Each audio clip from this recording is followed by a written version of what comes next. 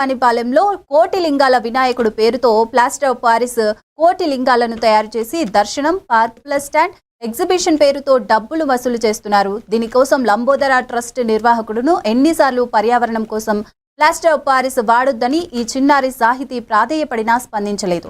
15 రోజుల్లో చర్యలు తీసుకోకపోతే హైకోర్టులో పిల్ వేయనున్నారు. ప్రముఖ న్యాయవాది కాంట్రేగుల లీలా హరిప్రసాద్ నోటీసులో హెచ్చరించారు.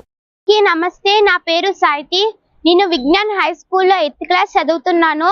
నాకు చిన్నప్పటి నుంచే మొక్కలంటే చాలా ఇష్టం.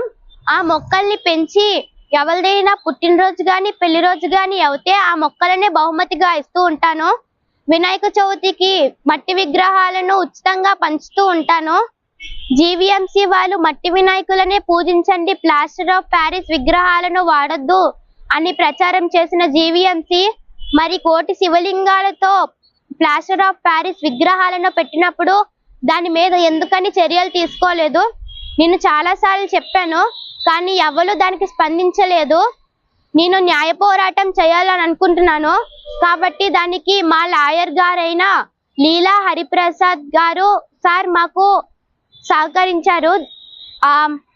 సంబంధిత శాఖలకు నోటీస్ పంపించాము. దానికి కూడా ఎవరు స్పందించకపోతే నేను కోర్టుకి వెళ్ళడానికైనా వెనకాడను. పర్యావరణాన్ని కాపాడాల్సిన వాళ్ళే పర్యావరణాలు పాడు చేస్తుంటే పర్యావరణాన్ని కాపాడవలసిందే, క్షమాపణలు చెప్పాల్సిందే.